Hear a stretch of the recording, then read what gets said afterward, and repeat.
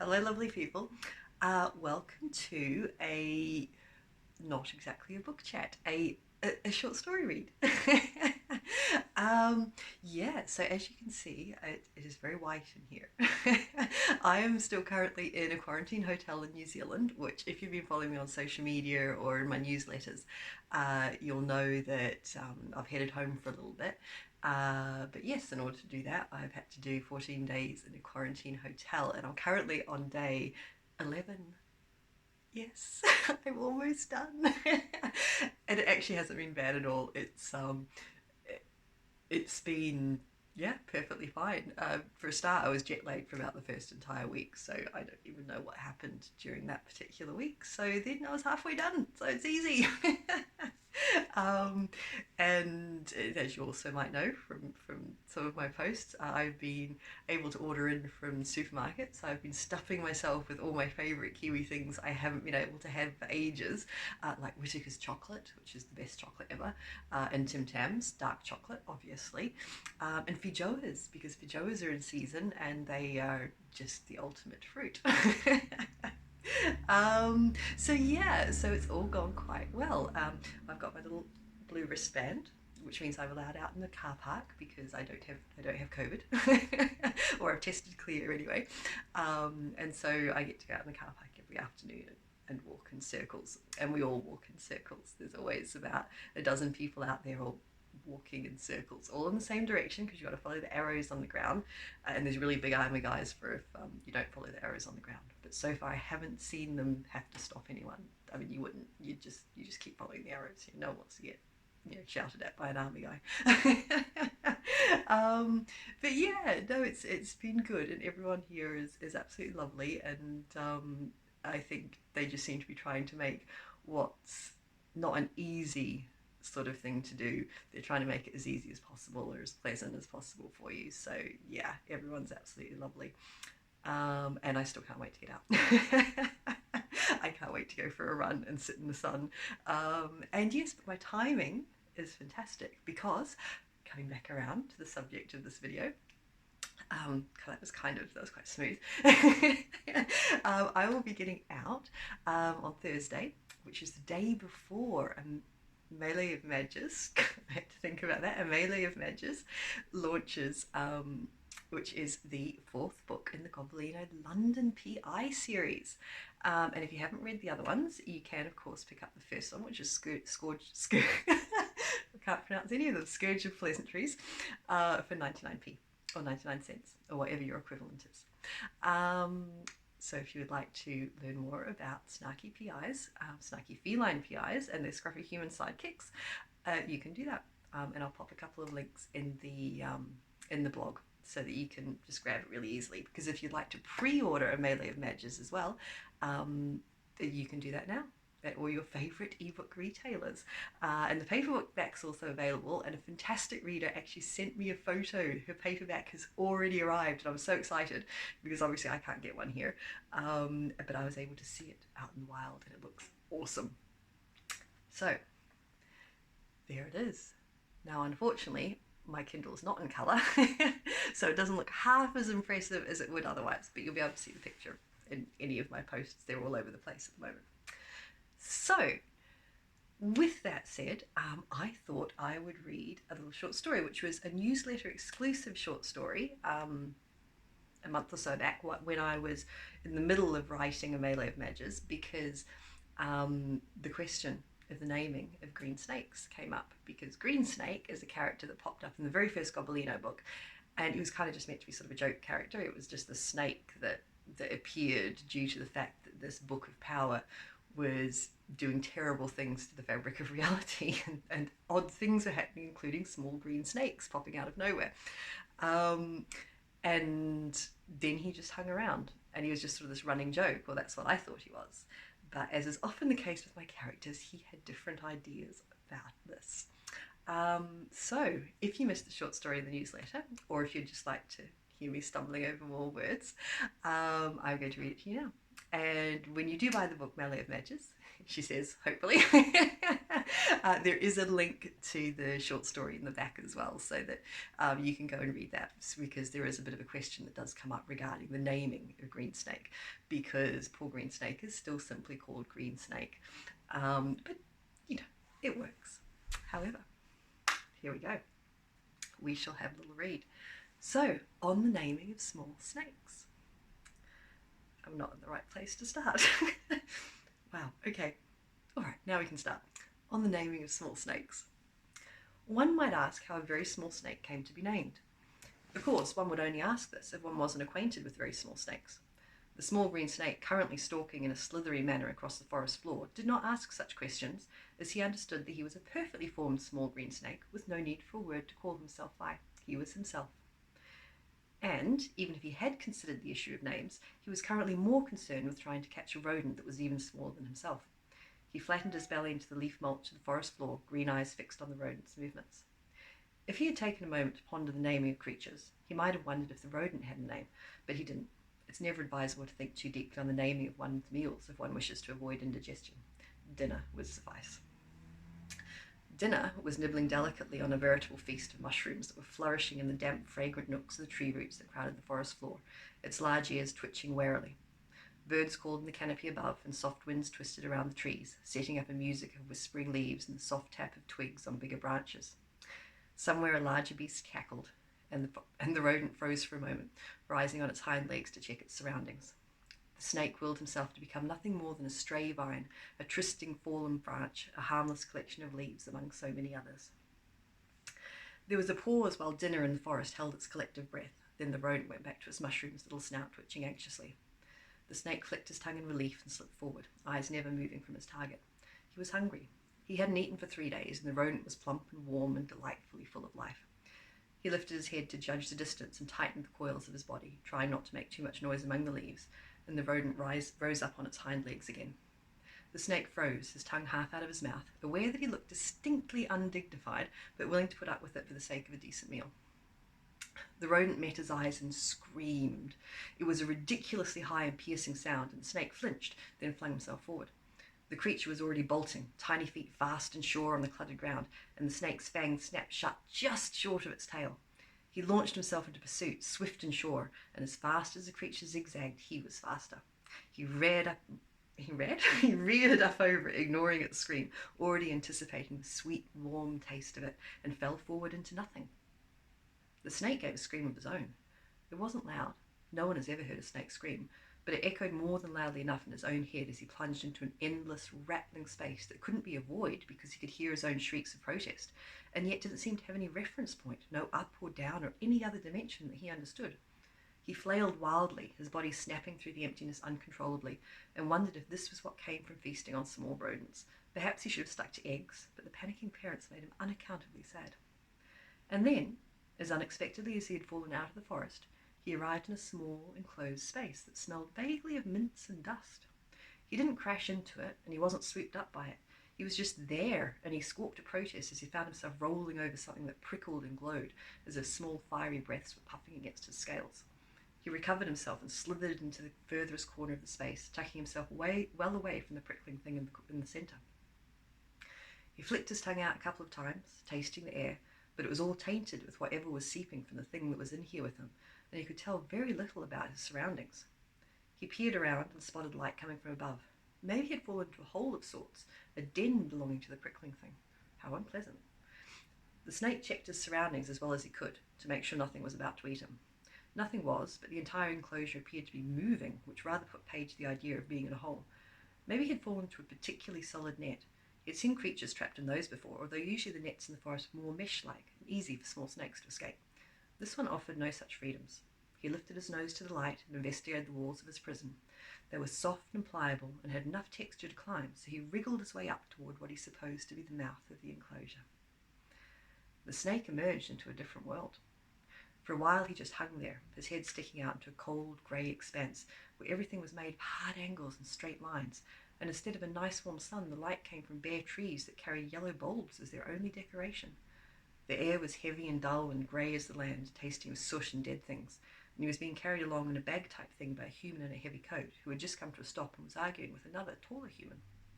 The snake ignored the arguing humans, staring around in bewilderment.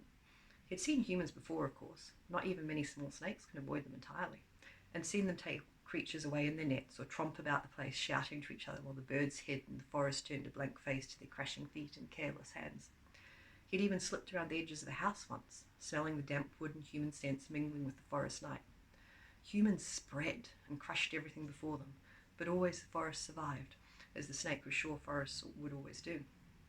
They reasserted themselves, smoothed over the harsh edges of the humans and smothered their treads. But here was nothing.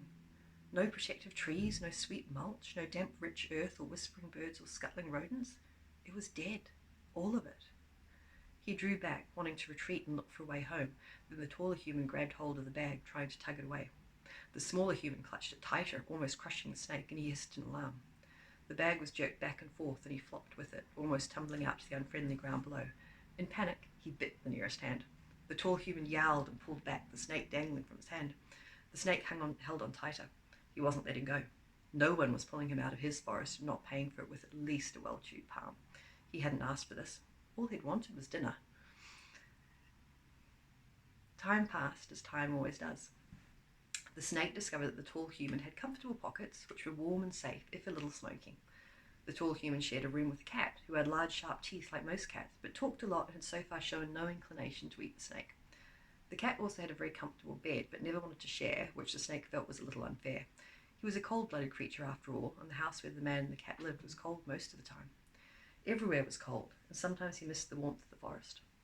On the other hand, no one was trying to eat him here, even if the cat flashed his teeth about the place. He didn't seem to mean anything by it, and the snake thought it might just be his personality. Some creatures were like that. The man and the cat argued a lot. At first the arguing had made no sense to the snake. It was just the noise that humans made, shouty and jagged, and they didn't use a language he was familiar with.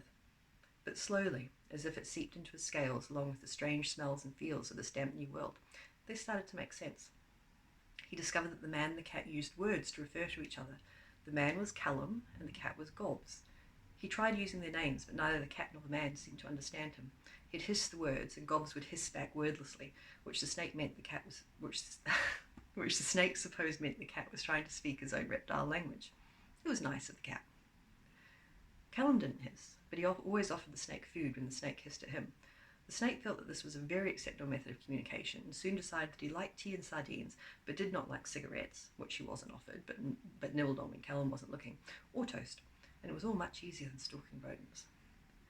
The snake also discovered that both man and cat referred to him as Green Snake, and at first he thought it was a rather grand name. But as he began to understand them better, he realised it was no different than when he had called them Tall Man and Cat. They were just words, not names, and it seemed that names were important. He wasn't sure why, but everyone else had them, so it was clear he would have to find one for himself if they weren't going to give him one. At first he was at a loss as to how one found a name. Everyone just seemed to have one, and Gobbs would only hiss when he asked, and Callum would only give him more sardines, which was pleasant but unhelpful. He was starting to suspect that he wasn't communicating as well as he had thought. "Excuse me," he said one night, when Callum was seated in a creaking old desk chair reading a book, and Gobbs was cleaning one leg. "How does one go about getting a name?" He enunciated as clearly as he could, but Gobbs ignored him, and Callum just turned another page. "I should like a name," he insisted. "It seems bad form not to have one." Gobbs sat up, looking at the snake with eyes that were almost as green as the snake's own scales, then said, "You can't be hungry. You had half my dinner." "That's an outrage," the snake said. "I barely had a mouthful." He's hissing at me again," Gobbs said to Callum. "Why is he still here, anyway?" "He seems happy," Callum said, not looking up from his book. He fumbled for his tea and took a mouthful. "I'm not happy," Gobbs said. "He keeps sneaking into my bed." "I get cold," the snake protested. "See? He's hissing. Callum, Callum, Callum."